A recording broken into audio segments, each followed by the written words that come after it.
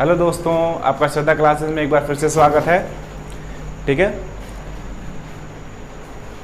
हमने इसके पिछले वीडियो में पढ़ा था संख्याओं का योगफल, मतलब संख्या पद्धति के बारे में पढ़ा था, और उसी संख्या पद्धति के चैप्टर से ये सारे सवाल हैं आपके, जो फिर दोबारा इसको हम लोग हल करेंगे। ठीक है, हमने इसके पहले कई सारे सवाल हल किए थे और एक बार फिर से हम लोग नए सिरे से और नए सवाल को हम लोग हल करेंगे। और बहुत सारे सवाल हैं जिसको हमें हल करना है, और उनमें से कुछ भाग ये भी हैं जो हम आज इसको हल करेंगे। तो इसमें पहला क्वेश्चन दिया है, दो संख्याओं का गुणनफल 180 है, उनका योगफल उनके अंतराल से 24 अधिक है तो संख्याएं हैं। ठीक है, तो इसमें हम लोग पहले मेथड देखेंगे। मेथड लगाने के बाद हम लोग एक अलग से मैं तरीका बताऊंगा कि ऐसे सवालों को कैसे हल किया जाता है। ठीक है, हम लोग पहले मेथड देख लेते हैं कि मेथड इसका क्या कहता है। दिया है दो संख्याओं का गुणनफल 180 है। ठीक है, तो हम मान लेंगे वो संख्या, पहली संख्या जो है x है और एक संख्या y है, और इनका जो गुणनफल है 180 है। यानी कहने का मतलब x y बराबर 180। आगे दिया है कि उनका योगफल उनके अंतराल से 24 अधिक है। उनका योगफल उनके अंतराल से 24 अधिक है। कहने का मतलब यह है कि एक बार इनका योगफल x और y का योगफल कैसे होगा, x प्लस y, और कह रहा है कि उनका अंतराल यानी x माइनस y। एक बार हम उन दोनों संख्या का योगफल निकालेंगे और एक बार उसका अंतराल निकालेंगे। यानी जो वो दो संख्याएं होंगी उनका अंतर और उनका योगफल में अगर फिर से अंतर निकाला जाए तो 24 अधिक होगा। यानी ये वाली संख्या जो है, योगफल जो है अंतराल से कितना अधिक है, 24 अधिक है। ठीक है ना, तो ये अगर अधिक है इस संख्या से 24, तो यानी ये बड़ा होगा, ये वाली संख्या क्या होगी, बड़ी होगी। यानी ये 24 क्या है, अधिक है। यानी कहने का मतलब ये है कि एक बार कोई संख्या का अंतर ले ले, दो संख्या है हमारे पास, एक बार उन दोनों संख्या का क्या लेंगे, अंतर लेंगे, और फिर से उन्हीं दोनों संख्याओं को हम लोग क्या कर देंगे, जोड़ देंगे। जोड़ने के बाद जो संख्या आएगी और अंतर करने के बाद जो संख्या आएगी, इन दोनों का फिर से हम लोग क्या करेंगे, अंतर करेंगे, और यही अंतर कितना है, 24 का है। कितना है, 24 है। ठीक है ना, यानी बड़ी वाली संख्या छोटी वाली संख्या से 24 अधिक है। ठीक है, तो हम लोग इसको हल करेंगे तो x प्लस y, इसका गुणा इसमें करेंगे माइनस x, और माइनस मिलकर हो जाएगा प्लस y बराबर 24। x और x ये देखिए प्लस में है और ये माइनस में, तो ये कट जाएंगे आपस में, और y और y मिलकर कितना हो जाएगा, 2y। ठीक है, बराबर आपका हो जाएगा 24। 2 से ये 12 बार में कट जाएगा, y बराबर आपका कितना बचेगा, 12। यानी y का मान जो आया हमारा 12 आया। यानी एक संख्या हमें पता चल गया कि वो एक संख्या क्या है। यानी कहने का मतलब ये है कि एक संख्या जो हमारी आई वो है 12।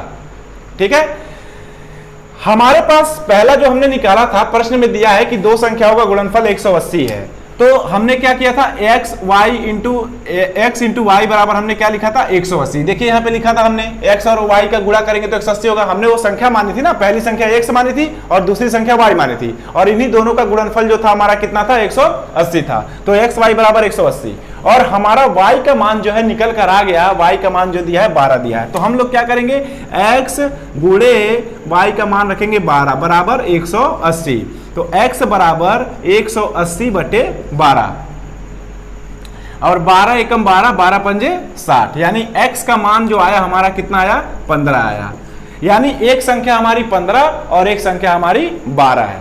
ठीक है ना, अब इन दोनों का गुणनफल अगर हम लोग कर लें 12 गुणे 15 का, तो हमारा 180 होगा। 15 दूनी 30 और 15 एकम 15, 15 तीन 18, 180 होगा। प्रश्न के हिसाब से एक बार हम लोग जरा देख लें, उनका योगफल, अगर हम इन दोनों संख्याओं का योगफल करें तो 27 होगा, और कह रहा है उनके अंतराल से, यानी एक बार इनका अंतर लेंगे तो अंतर 15 और 12 का अंतर कितना होगा, 3। तो ये जो 27 होगा इस अंतराल से कितना अधिक है, 24 ही अधिक तो है, 27 में से 3 जाएगा तो कितना बचेगा, 24 बचेगा। ठीक, तो ये तो था अपना मेथड, ये हमारा लंबा प्रोसेस था और मेरे ख्याल से इससे एग्जाम थोड़ा टफ ही होगा, निकलना कठिन होगा। अगर आपकी स्पीड सही है तो आप लोग हल कर लोगे जल्दी से जल्दी। एक तरीका मैं और बताता हूं जिसको हम ऑप्शन से लगाएंगे। ठीक है, ऑप्शन इसका सबसे बेस्ट तरीका होता है, बहुत ही अच्छा तरीका होता है कि इसको ऑप्शन से हम लोग लगा लें। हम अब क्या देखेंगे, इसको ऑप्शन से लगाने का तरीका देखेंगे कि कैसे ऑप्शन से इसको लगाया जाता है। बात अगर ऑप्शन की जाए तो आपको देखना है कि हमारे पास दो संख्याएं हैं, दो संख्याएं हैं और कहा है दो संख्याओं का गुणनफल 180 है। तो एग्जामिनर जो होता है ऐसे अंक रखता है ऐसे सवालों में कि अगर हम चारों ऑप्शन को देखें तो सबका गुणनफल अगर निकाले तो हमारा 180 होगा। यानी 15 और 12 का गुणा करें तो 180, 36 और 5 का गुणा करेंगे तो 180, 45 और 4 का गुणा करेंगे तो 180 और 20 नमा 180। यानी सारे ऑप्शन का जो गुणनफल होगा वो हमारा 180 आएगा। पहला कंडीशन जो इसमें दिया है, पहला जो इसमें कहा गया है वो तो सभी ऑप्शन फॉलो कर रहे हैं आपके, लेकिन आगे क्या दिया है, उनका योगफल उनके अंतराल से 24 अधिक है। जरा हम लोग देख लेते हैं। मान लीजिए हम लोग अगर पहला ऑप्शन अगर पकड़े तो पहले क्या निकालेंगे, उनका योगफल, यानी 15 और 12 का योगफल कितना हो जाएगा आपका, 27 हो जाएगा। फिर से हम इनका क्या निकालेंगे, अंतर निकालेंगे 3। 15 और 12 का अंतर कितना हो जाएगा, 3। तो इन दोनों का अंतर कितना हमें चाहिए, 24 चाहिए। 27 में से 3 गया, कितना बचा, 24। यानी हमारा ऑप्शन क्या है, ए सही है। तो ऐसे सवालों में सबसे बेस्ट तरीका जो होता है ऑप्शन होता है। ठीक है ना। हम अगला और अगर चेक करेंगे तो 36 और 5 को अगर हम जोड़ेंगे तो 36 और 5 होता है 41 और इसका अंतर लेंगे तो 31 होगा। और इन दोनों का अंतर अगर बात की जाए तो 0 और 1 यानी 10 का, और हमारा अंतर कितने का दिया है, 24 अधिक है। यानी एक संख्या जो योगफल आएगा वो अंतराल से कितना अधिक है, 24 अधिक है, लेकिन ये कितना अधिक है, 10 अधिक है। तो हमारा ये ऑप्शन हो नहीं सकता। अगला ऑप्शन की अगर बात करें हम लोग तो 45 और 4 कितना हो जाएगा, 49 और उसका अंतर लेंगे तो कितना होगा, 41। इन दोनों का अंतर कितना होगा आपका, हो जाएगा 8 और हमारा अंतर कितना आना चाहिए, 24 आना चाहिए। और अगला अगर अगले ऑप्शन की अगर बात की जाए तो 20 9 कितना होता है, 29 और इन दोनों का अंतर अगर ले लें तो कितना होगा, 11। इन दोनों का अगर हम लोग अंतर लेंगे तो कितना हो जाएगा, 29 में से 11, 9 में से 1 गया 8 और 2 में से 1 गया 1, यानी कितने का अंतर है, 18 का। तो हमें अंतर कितने का चाहिए, 24 का। और ये अंतर जो है 24 का हमें किस में मिला, 12 और 15 में। ठीक है। जैसे फिर से मैं एक बार बता दे रहा हूं, 15 और 12 को जोड़ेंगे तो कितना हो जाएगा, 27। 15 और 12 का अंतर कितना हो जाएगा, 3, क्योंकि प्रश्न में बोला है ना कि वो दोनों संख्याएं हैं, उन दोनों का एक बार क्या करेंगे, योगफल करेंगे और फिर से उनका क्या करेंगे, एक अंतर लेंगे और फिर से जो योगफल होगा वो अंतराल से कितना अधिक होगा, 24 अधिक होगा। यानी जो योगफल है वो अंतराल से कितना अधिक है, 24 अधिक तो है, दिख तो रहा है। ठीक है ना, ये 24 अधिक है, यानी हमारा आंसर क्या हो जाएगा, ऑप्शन नंबर ए। तो मुझे उम्मीद है कि ये आपको बातें समझ में आई होंगी। अगला सवाल हम लोग देखते हैं कि अगले सवाल में क्या कहा गया है। अगले सवाल की अगर बात की जाए तो दिया गया है उन 3 क्रमागत संख्याओं का गुणनफल कितना होगा जिनका योगफल 18 है। दिया है प्रश्न में उन 3 क्रमागत संख्याओं का गुणनफल कितना होगा जिनका योगफल 18 है। इसको भी पहले हम लोग ऑप्शन से देख लेते हैं कि ऑप्शन से कैसे इसको हल करते हैं। 3 क्रमागत संख्याओं की अगर बात की जाए तो अगर मान लें हम पहली संख्या x और दूसरी संख्या x+1 और तीसरी संख्या x+2 मान लिया जाए। क्रमागत यही होता है ना, क्रमागत क्या चलता है आपका, 1 2 3 4 5 6 7, यानी 1 के बाद अगली संख्या क्या होगी, 2 होगी, 2 के बाद अगली संख्या क्या होगी, 3 होगी, 3 के बाद अगली क्रमागत संख्या क्या होगी, 4 होगी। ठीक है। तो हमने पहली संख्या अगर x मान लिया, यानी कहीं ना कहीं क्रमागत संख्याओं में आपका अगर ये दे रहा है 3 क्रमागत संख्याओं का गुणनफल कितना होगा जिनका योगफल 18 है, तो क्रमागत का मतलब ये है कि इसमें जो अंतर होगा समान का होगा। अगर क्रमागत की बात की जाए तो 1 के बाद 2 आता है, यानी 1 का अंतर, 2 के बाद 3 आता है, 3 के बाद 4 आता है। इनमें अंतर कितने का दिया है, 1 1 का अंतर होता है। अगर सम की बात करता है, विषम की जहां पे बात करता है वहां पे दो का अंतर होता है। क्यों? क्योंकि अगर हमारी पहली संख्या अगर 1 है तो अगली अगर हमारे सम संख्या अगर प्राप्त करनी है, सम संख्या अगर प्राप्त करनी है तो हमारी जो सम संख्या, जैसे अगर 1 है तो हमें अगर विषम संख्या प्राप्त है, सम संख्या तो अभी इसमें नहीं निकलेगा, अगर हमें विषम संख्या प्राप्त करना है तो हम इसमें 2 जोड़ेंगे तभी तो विषम संख्या होगी 3, यानी 1 3 5 7 यही हमारी संख्याएं हैं, विषम संख्याएं हैं। तो देखिए यहाँ पे 1 में कितना जुड़ा 3, 2 जुड़ा, 2 जोड़ेंगे तो कितना होगा 3, और 3 में 2 जोड़ेंगे तो कितना रहेगा 5, 5 में 2 जोड़ेंगे कितना रहेगा 7। ठीक है, यानी कहने का मतलब 2 जब जोड़ेंगे तो हमारा विषम संख्या आता है। बात समझ में आई? अब हमारे पास अगर सम संख्या की बात की जाए कि सम संख्या में कितने का अंतर होता है, तो हमारी पहली सम संख्या कितनी होती है 2 होती है, और अगली सम संख्या की बात की जाए तो प्लस 2 को जोड़ेंगे तभी तो 4 होगा। यानी कहने का मतलब यह है दो सम संख्याएं जो होती है हमारी 2 4 6 8 10, यानी इसमें अंतर कितने का है 2 का अंतर है। कितने का है 2 का अंतर है। तो जब हम इसको समीकरण द्वारा हल करते हैं, जब किसी चर राशि को मानते हैं, मान लिया हमने वो संख्या कितनी थी, पहली संख्या कितनी थी x थी, ठीक है। अब x में हम 2 जोड़ेंगे तभी तो अगली सम संख्या प्राप्त होगी, या 2 जोड़ेंगे तभी तो विषम संख्या प्राप्त होगी। ये दोनों बातें एक ही तरह से चलती हैं। जब सवाल लगाया जाता है तो ये दोनों बातें एक ही होती है। मैं फिर से आप लोगों को बार बार मैं कह रहा हूं कि जब विषम संख्या निकालते हैं तभी 2 जोड़ते हैं, और जब सम संख्या का निकालते हैं तभी 2 हम लोग जोड़ते हैं। यहाँ पे जब विषम संख्या की बात करेगा, प्राकृत विषम संख्याओं का बात करेगा तब भी, और सम संख्या की बात करेगा तब भी हम हमेशा x में कितना जोड़ेंगे 2 जोड़कर हम लोग आगे बढ़ेंगे। तो हमारा इसमें बात जो किया गया क्रमागत संख्याओं का गुणनफल कितना होगा जिनका योगफल 18, यानी इसमें कहीं ना कहीं सम और विषम की बात नहीं की गई है, क्रमागत की बात की गई है। तो क्रमागत में 1 2 मतलब एक जोड़ते जाते हैं, एक जोड़ते जाते हैं। जैसे x था, x में 1 जोड़ेंगे तो x+1, और x में फिर क्या जोड़ेंगे 2 जोड़ेंगे, उसके बाद 3 जोड़ेंगे, उसके बाद 4 जोड़ेंगे। लेकिन हमारे पास यहाँ पे सिर्फ 3 संख्या का है, और 3 संख्या हमें प्राप्त हो गई 1 2 3, ठीक है, हमें ये 3 संख्या प्राप्त हो गई। अब हम इसका क्या कहा है कि योगफल जो दिया है कितना दिया है 18 दिया है, ठीक है। इनका जो योगफल दिया है कितना दिया 18 दिया है। इसको अगर हम लोग हल करें तो क्या रहेगा 1x और ये 1x, ये मिलकर कितना रहेगा 3x, ठीक है, और ये 2 1 कितना हो जाएगा 3 बराबर 18। तो 3x बराबर ये 18 में से 3 घट जाएगा ना, क्योंकि जब पक्षांतर जब करेंगे तो 3 माइनस में हो जाएगा, तो आपका बचेगा 15। x बराबर आपका 3 से कट जाएगा, ये 5 बार में 5, यानी x का मान कितना आया 5 आया। तो हमारा x का मान यहाँ पे क्या रखेंगे 5, और एक संख्या क्या मिलेगी x का मान अगर यहाँ पे 5 रखेंगे तो 5 और 1 6, फिर से यहाँ पे 5 रखें 5 2 7, ठीक है। यानी हमारी जो संख्या है 5 6 7, उन 3 क्रमागत, वो 3 क्रमागत संख्याएं क्या है हमारी 5 6 7 है। तो अब क्या कहा है गुणनफल कितना होना चाहिए, ये 18 होना चाहिए। क्या होना चाहिए, सॉरी, गुणनफल जो क्या होगा पूछा है, गुणनफल पूछा है इसमें। तो योगफल देखिए, अगर हम लोग इसको संख्या हमें अगर मिल गई तो अगर हम इसको जोड़े 7 से 13 13 5 18, ठीक है, यानी हमारा योगफल कितना आ रहा है 18 आ रहा है। हमारी क्रमागत संख्या 3 हमें प्राप्त हो गया, उनका योगफल भी 18 आ रहा है। अब इसका पूछा गया गुणनफल, यानी इन तीनों का जो गुणनफल होगा वो कितना होगा। 5 6 कितना होता है, यानी 5 × 6 × 7 बराबर कितना, 5 6 30 × 7, यानी 7 0 0 7 3 21, यानी 210 हमारा क्या हो जाएगा आंसर हो जाएगा। तो ये तो था अपना मेथड, जो हमारा सारा पैतरा, जब जो भी हम नियम कानून मतलब ट्रिक लगाते हैं, अगर हम लोग जब उससे हार जाते हैं तो हमारा यही काम आता है मेथड। लेकिन हमें कंपटीशन के एग्ज़ाम में बैठना है और हमें जल्द से जल्द सवाल को हल करना है, तब जाके आपका एग्ज़ाम क्वालिफाई होगा। आपको भी पता है और सबको पता है ये कि हमें एग्ज़ाम में क्या होता है, समय की बचत सबसे ज़्यादा इंपॉर्टेंट होता है कि हम समय की बचत करें ताकि अगले सवाल को हम लोग हल कर पाएँ, ठीक है।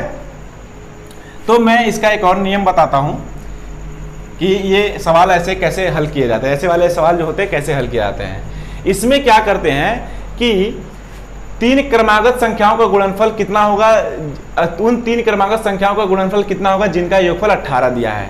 तो आपको क्या करना है, 18 को सीधे सीधे लिख कर आपको 3 से भाग दे देना है। क्या दे देना है, 3 से भाग दे देना है, ठीक है ना। ये कितनी संख्याएं दी हुई है, यहाँ पे 3 संख्या दी हुई है।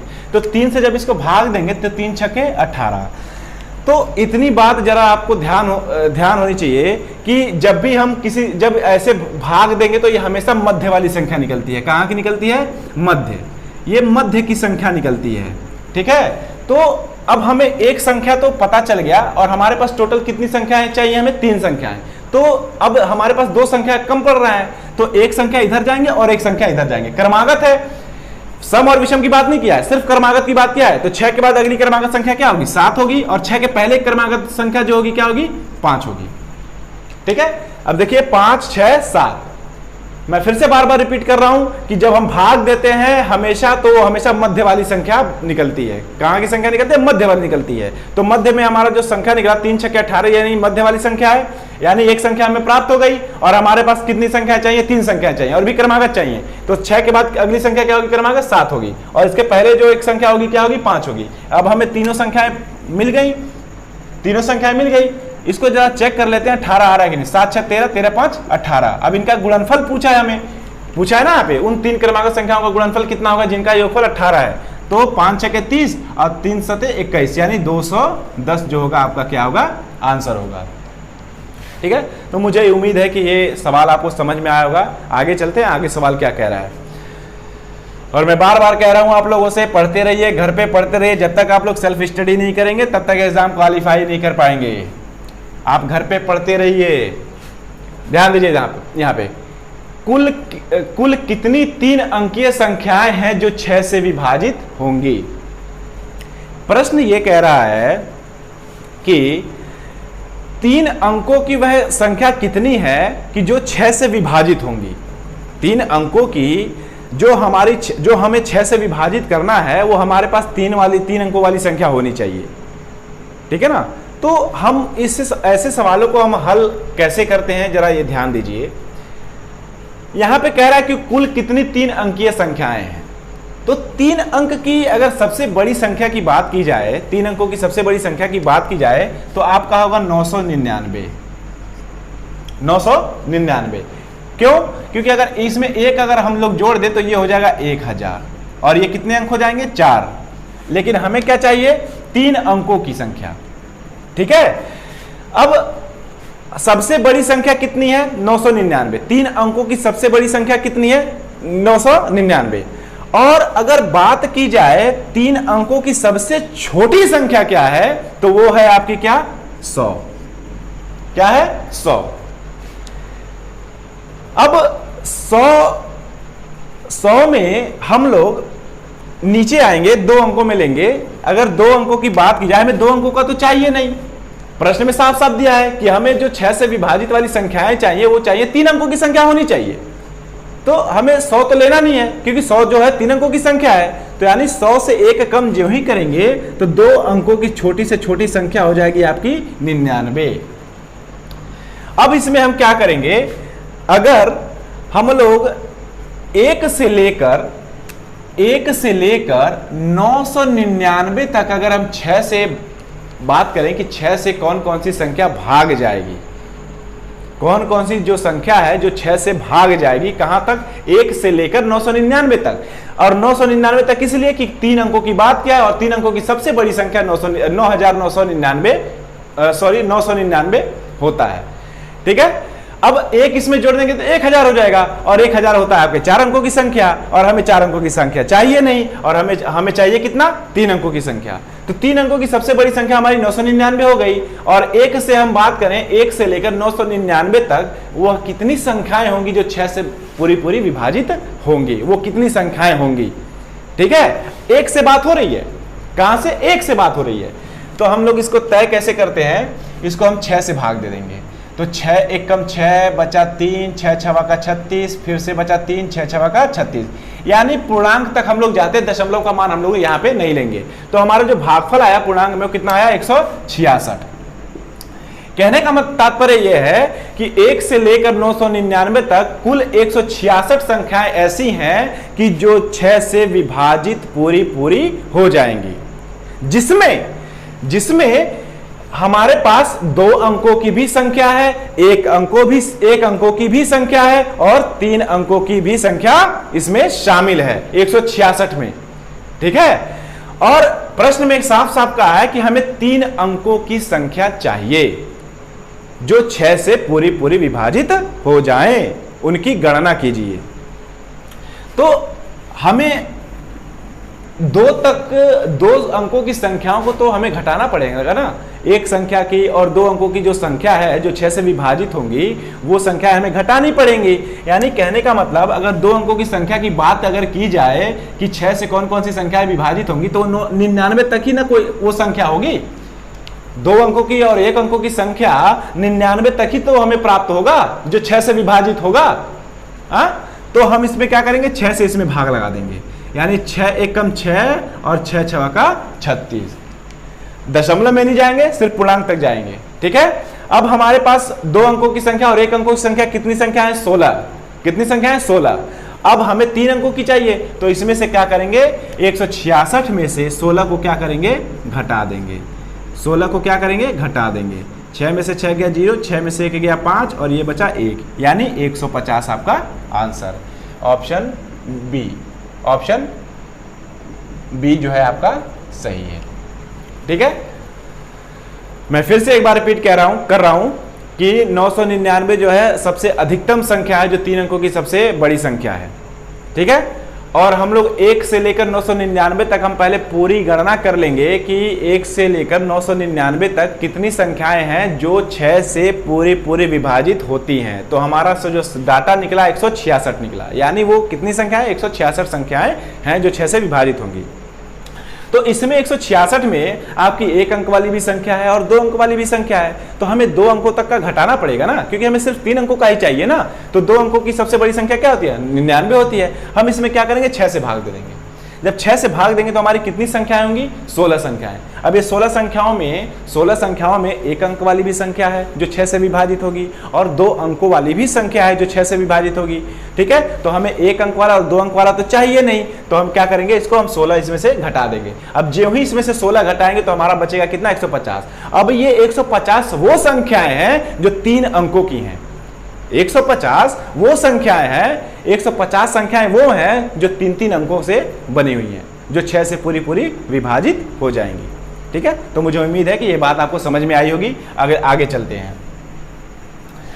अगला सवाल कह रहा है कि 100 और 1000 के बीच के किसी पूर्णांक के अंकों का योगफल संख्या से घटाया जाए तो परिणाम सदैव होता है।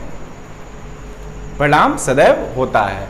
यदि 100 और 1000 के बीच के किसी पूर्णांक के अंकों का योगफल संख्या से घटाया जाए तो परिणाम सदैव होता है। कहने का मतलब यह है कि हमारा 100 से लेना है, 100 के बाद और 1000 के पहले जो भी संख्याएं हैं, ऑल टू ऑल जो भी संख्याएं हैं, 3 अंकों की संख्या होगी, क्योंकि 3 अंकों की संख्या होगी। जो हमारा 1000 के पहले जो संख्या लेंगे 999 होगा और 100 के बाद लेंगे तो 101 से स्टार्ट होगा, यानी कहीं ना कहीं हमारी 3 अंकों की वो संख्या होगी। अब 3 अंकों की जो संख्या है, 100 को छोड़कर 3 अंकों की जो संख्या है वो हम 100 के बाद और 1000 के पहले ले लेंगे। कोई सी भी संख्या ले लीजिए आप। प्रश्न में कहने का मतलब यही है कि 100 और 1000 के बीच के किसी पूर्णांक के अंकों का योगफल उसी संख्या से घटाया जाए। जो संख्या हम लोग ले रहे हैं उसी संख्या से उन अंकों का योगफल घटाया जाए तो सदैव परिणाम प्राप्त होगा। मतलब परिणाम जो होगा सदैव क्या प्राप्त होगा। ऑप्शन में दिया है 3 9 से विभाजित, ये v का मतलब v शून्य लगाए हैं कि मतलब विभाजित। 3 और 9 से विभाजित होगा, 2 और 5 से विभाजित होगा, 8 और 11 से विभाजित होगा कि 7 और 11 से विभाजित होगा। तो जरा हम चेक कर लेते हैं। जैसे कोई भी संख्या ले लीजिए 100 से 1000 के बीच में, मान लीजिए हमने ले लिया 858। कितना ले लिया, 858। अब ये कह रहा है कि 858 में से हमें क्या घटाना है, इनका योगफल, अंकों का योगफल। 8 5 13, 13 8 21, ठीक है ना। हमें अगर हमने 858 लिया तो 858 में से इन्हीं अंकों का योगफल घटाना है, इन्हीं अंकों का योगफल घटाना है। तो 8 5 कितना होता है, 13 और 13 8 कितना होता है, 21। 21 इसमें से घटाएंगे तो 8 में से 1 गया 7, 5 में से 2 गया 3 और ये बचा आपका 8, 837। अब 837 को जरा एक चीज जरा ध्यान दीजिए, अगर 3 से हम विभाजित करें, 3 से विभाजित 3 दूना 6 बचा 2, 3 सत्ते 21 और 3 नवा 27, यानी 279 बार में कट गया। अब इसी 837 को अगर हम 9 से भाग दें, 9 भी दिया ना इसमें 9, तो 9 नवा 81 बचा कितना 2, 9 त्रिक 27, ये भी कट गया। ठीक है, विश्वास नहीं हुआ, विश्वास नहीं हुआ, इत्तेफाक से बैठ गया, इत्तेफाक से बैठ गया। चलो मान लिया हमने कि इत्तेफाक से बैठ गया, 858 पे बैठ गया। ठीक है, कोई और संख्या ले लेते हैं, 927। 927। अब 927 में से हम क्या घटाएंगे, 9 2 11 और 11 7 कितना होता है 19, 11 7 18, सॉरी 18, 7 2 9 9 9 18। अब 927 में से 18 हम घटाएंगे तो 17 में से 8 जाएगा तो बचेगा 9, 1 में से 1 जाएगा तो बचेगा 0 और ये बचा आपका कितना 9। ठीक है ना। अब 909 को अगर हम 3 से भाग दें तो 3 3 का 9, 3 0 0, 3 3 का 9। ठीक है, 9 से भी भाग दे लेते हैं, 9 1 कम 9, 9 0 0, 9 1 कम 9। यानी कहने का मतलब ये है, अगर मैं साधारण भाषा में कहूं तो 100 और 1000 के बीच में वो सारी संख्याएं जितनी भी संख्याएं हैं वो सभी जो होंगी आपकी, वो अगर उन संख्याओं से उनका योगफल अगर घटाया जाए, योगफल जैसे वो कोई भी संख्या अगर हम 100 से और 1000 के बीच में कोई संख्या अगर ले रहे हैं तो उसी संख्या में से उन अंकों का योगफल अगर हम घटा दें तो वो संख्या हमेशा सदैव 3 और 9 से पूर्णतः विभाजित होगी। ठीक है, वो संख्या 3 और 9 से पूर्णतः विभाजित होगी। जैसे अगर हम बात करें 101 की, जैसे हम 100 के बाद 101 ले लेते हैं, इत्तेफाक से मान लीजिए 927 भी हमारा बैठ गया, 101 ले लेते हैं हम। 101 में से हम कितना घटाएंगे, इन अंकों का योगफल। 1 में 0 जोड़ेंगे तो 1 और फिर से 1 में 1 जोड़ेंगे तो कितना रहेगा 2। अब 101 में से 2 घटाएंगे तो आपका कितना बचेगा 99। अब 99 देखिए 3 से भी डिवाइड होगा और 9 से भी डिवाइड होगा। ठीक है, मैंने आपके पास 3 उदाहरण रखे। आपका काम यह है कि 100 से 1000 के बीच में आप जो भी संख्याएं हैं आप बारी बारी से आप प्रैक्टिस कर सकते हैं और चेक कर सकते हैं कि क्या हम जो संख्या ले रहे हैं उस संख्या से उसी संख्या के अंकों का योगफल उसमें से अगर घटा दिया जाए तो क्या वो सदैव 3 और 9 से विभाजित होगी। आप चेक कर सकते हैं। मैंने तो आपको तीन उदाहरण दे दिए, चेक करवा दिए, और आपका काम है क्या कि आप भी एक बार चेक करके देख लें। ठीक है ना। तो मैं फिर से कह रहा हूं कि ये जो होता है 100 और 1000 के बीच में जितनी भी संख्याएं होती हैं, अगर उस संख्या से उसी संख्या के अंकों का योगफल अगर घटा दिया जाए तो सदैव 3 और 9 से विभाजित होगी। ठीक है ना, 3 और 9 से विभाजित होगी। इसी पे एक सवाल और है, उसको भी जरा देख लिया जाए। ये तो आपका हल हो गया, इसका जो आंसर होगा आपका 3 और 9 होगा। ठीक है, 3 और 9 से सदैव वो संख्या विभाजित होगी। जैसे अगर मैं बात कहूं कि 2 अंकों की कोई संख्या लीजिए, क्या लीजिए 2 अंकों की संख्या, 2 अंकों की संख्या लीजिए और इसको पलट कर यानी कितना हो जाएगा 12। इसको जरा जोड़ते हैं, 2 1 3, 2 1 3। अच्छा, ये 33 किससे विभाजित होगा, 33 किससे विभाजित होगा, 11 से होगा ना। किससे होगा, 11 से। 3 से भी हो जाएगा लेकिन अभी हम 3 नहीं लेंगे। किससे विभाजित होगा, 11 से। ठीक, आगे देखते हैं। 4 45 अगर ले लें तो 45 को हम लोग क्या पलट देंगे, यानी 54। ठीक है ना, 5 4 9 और 5 4 9। ठीक है, अब इसको जरा हम विभाजित करें 11 से, 11 से हो गया ना, 3 से भी होगा। किससे होगा, 3 से भी होगा। इत्तेफाक से बैठ गया, 3 और 11 से भी विभाजित हो रहा है, 3 और 11 से ये भी विभाजित हो रहा है। अभी देखते हैं, सत्यता का प्रमाण लेते हैं। मान लीजिए हमने ले लिया आपका 67। अब इसी को हम लोग पलट देंगे 76। 7 6 13 का 3 हासिल 1, 7 6 13 1 14। ठीक है ना। अब देखते हैं 11 से करता है कि नहीं। 11 1 कम, 11 से भाग देंगे तो 11 1 कम 11 और बचेगा क्या है पे 3, यानी 11 तिहाई 33। ठीक है, कितना आया था हमारा 143। जरा इसको 3 से भाग देते हैं, 3 चौक 3 चौक 12 और यहाँ पे कितना बचा 2, ठीक है। 3 चौक 12, यहाँ पे बचा 2 और यहाँ पे 23। अब क्या 23 3 से कटेगा? नहीं कटेगा, आपका सिर्फ 11 से कटेगा। 11 कम 11, 11 33। कहने का मतलब ये है कि 2 अंकों की कोई भी संख्या, 2 अंकों की कोई भी संख्या, उस संख्या को 2 अंकों की कोई संख्या लें, उसी संख्या को पलट कर उसमें अगर जोड़ दें तो वह संख्या जो होती है सदैव 11 से विभाजित होती है। वह संख्या सदैव किससे विभाजित होगी? 11 से विभाजित होगी। तो मुझे उम्मीद है कि ये भी बातें और ये बातें दोनों आपको समझ में आई होंगी। आगे चलते हैं। आगे दिया है 369 के आधे भाग का 2/3 भाग क्या होगा? 369 के आधे भाग। अब आधा कब होता है?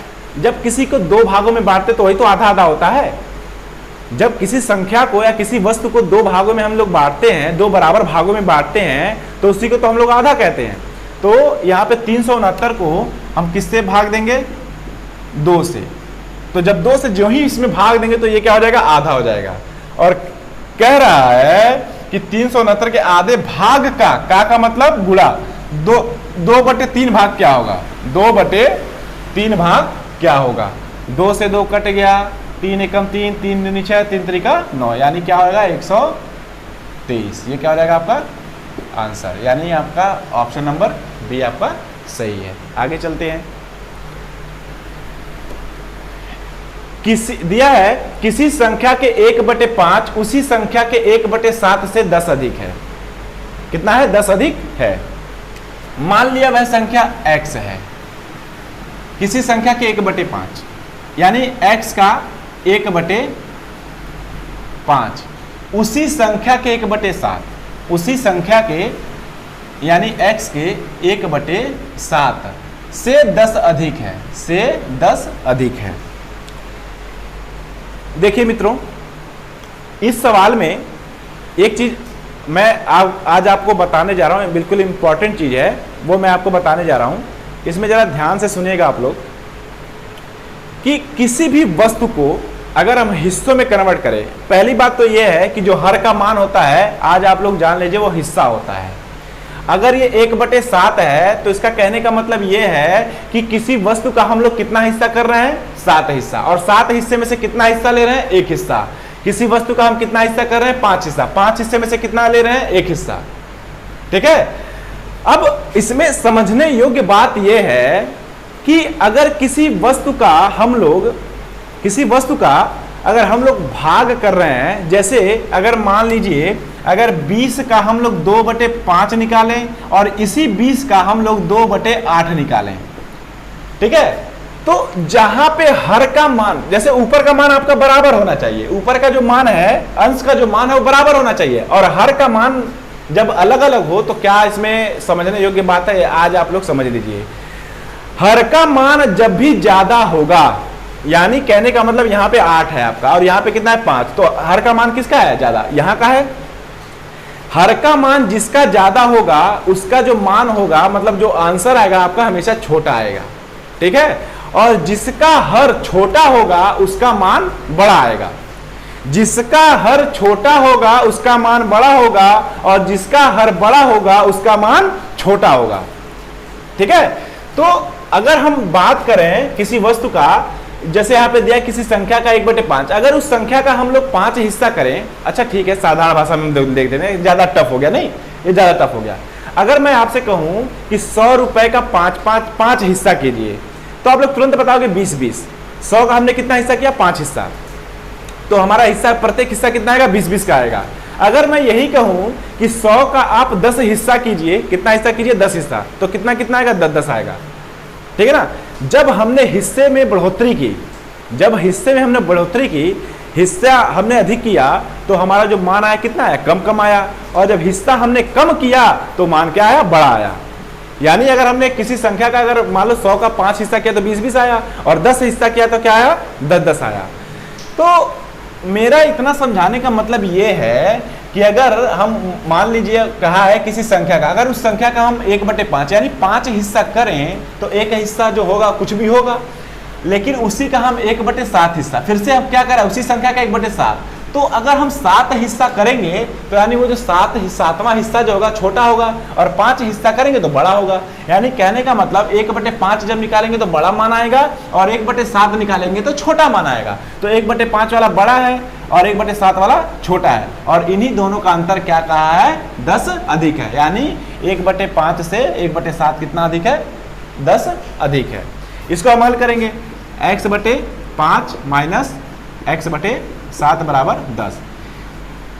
7x माइनस 5x बटे 35 बराबर 10। 7x में से 5x गया, 2x बराबर 35 गुणे 10 यानी 350।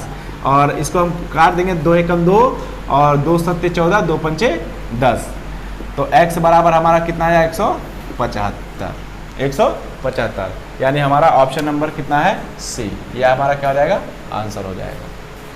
एक चीज और ध्यान दे दीजिए इसमें, इस सवाल को हल करने के लिए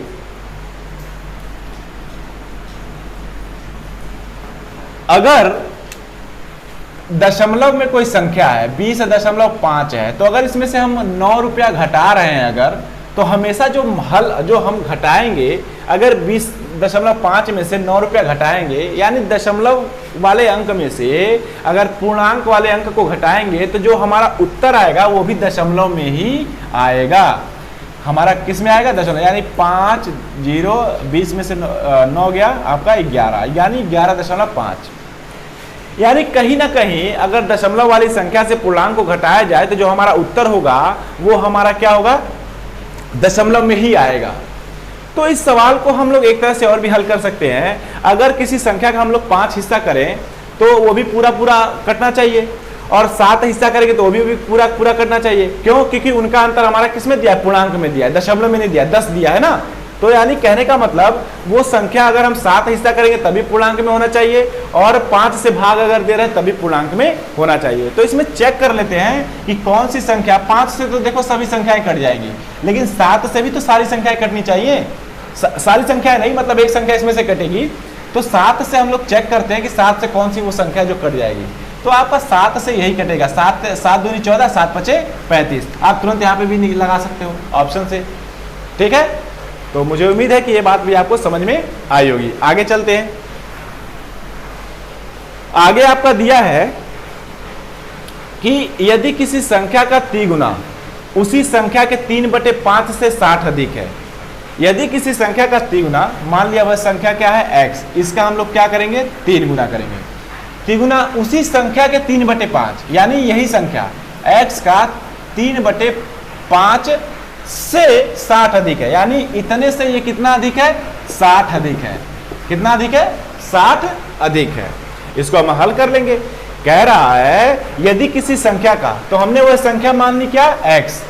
यदि किसी संख्या का तिगुना, यानी उस संख्या का कितना गुना करेंगे, 3 गुना।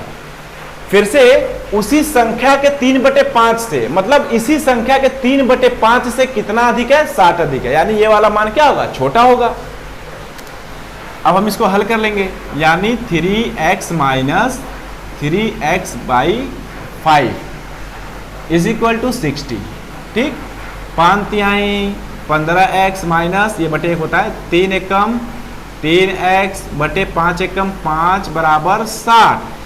15 में से 3 गया तो कितना बचेगा आपका, 12x बराबर 60 गुणे ये 5 इधर चला जाएगा 5, यानी 12 पंजे 60, x बराबर 25। x बराबर कितना आया, 25। इस तरह से भी हल कर सकते हैं आप लोग, जैसे मैंने डायरेक्ट कर दिया। 12x बराबर, इसका गुणा कर लेंगे, 5 0 0 5 6 30, x बराबर 300/12, यानी 12 दूनी 24, 12 पचे 60। इस तरह से भी करेंगे तब भी आपका आएगा। यानी जो हमारी संख्या मिली वो हमारी संख्या क्या है, 25।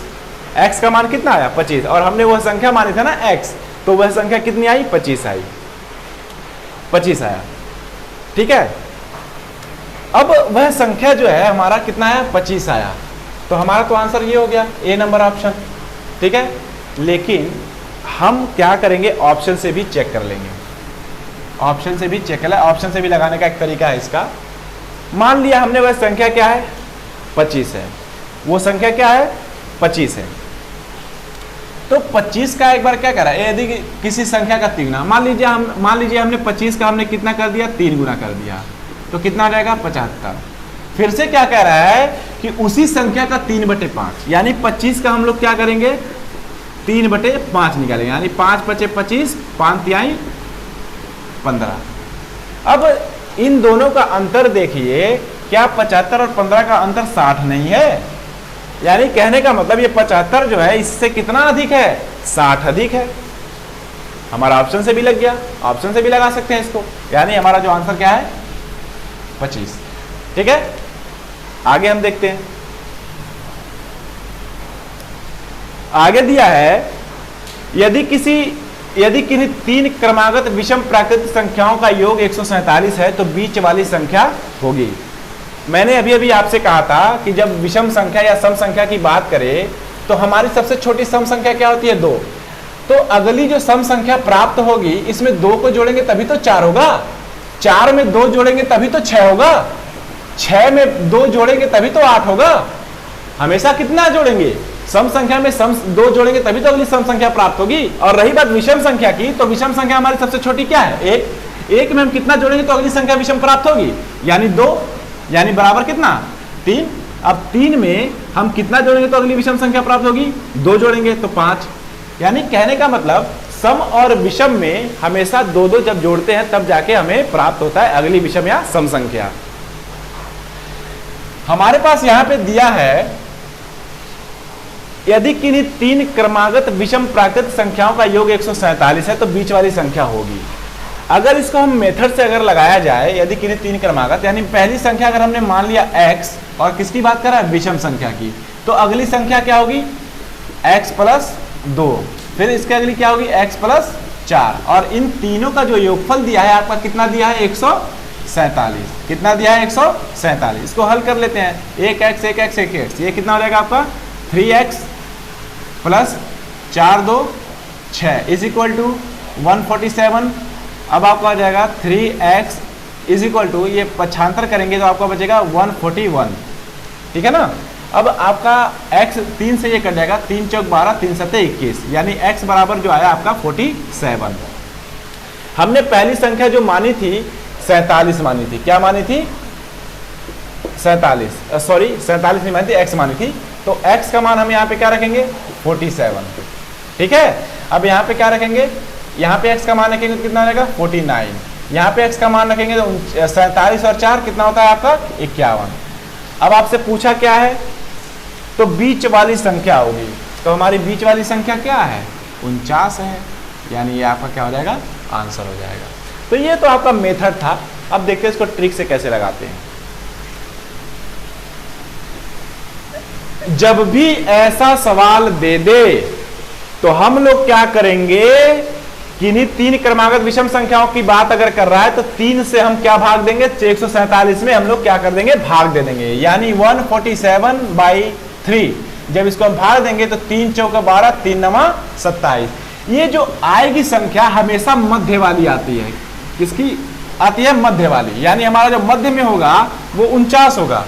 और हमारे पास 3 संख्याएं कहाँ है, तो अब एक संख्या तो हमें प्राप्त हो गया मध्य वाला, तो हमारे पास कितनी संख्या चाहिए, 2 संख्याएं, एक इधर चाहिए और एक इधर चाहिए। तो 49 के बाद जो अगली विषम संख्या क्या होगी 51, और 49 के पहले जो विषम संख्या क्या होगी 47। तो हमसे पूछा गया है तो बीच वाली संख्या क्या होगी, तो बीच वाली संख्या क्या है आपका 49। ठीक है, यानी ऑप्शन नंबर आपका क्या है सी। ठीक है, तो मुझे उम्मीद है ये सवाल आपको समझ में आया होगा। इसमें कई प्रकार से पूछ लेता है, कभी बड़ी संख्या पूछ लेता है, कभी छोटी संख्या पूछ लेता है, कभी बड़ी और छोटी का गुणनफल पूछ लेता है, कभी अंतर पूछ लेता है, कई प्रकार से इसमें सवाल आपके चलते रहते हैं। तो इसमें आपका पूछा है मध्य वाला, तो मध्य वाला आपका क्या हो जाएगा 49, यह आपका आंसर हो जाएगा।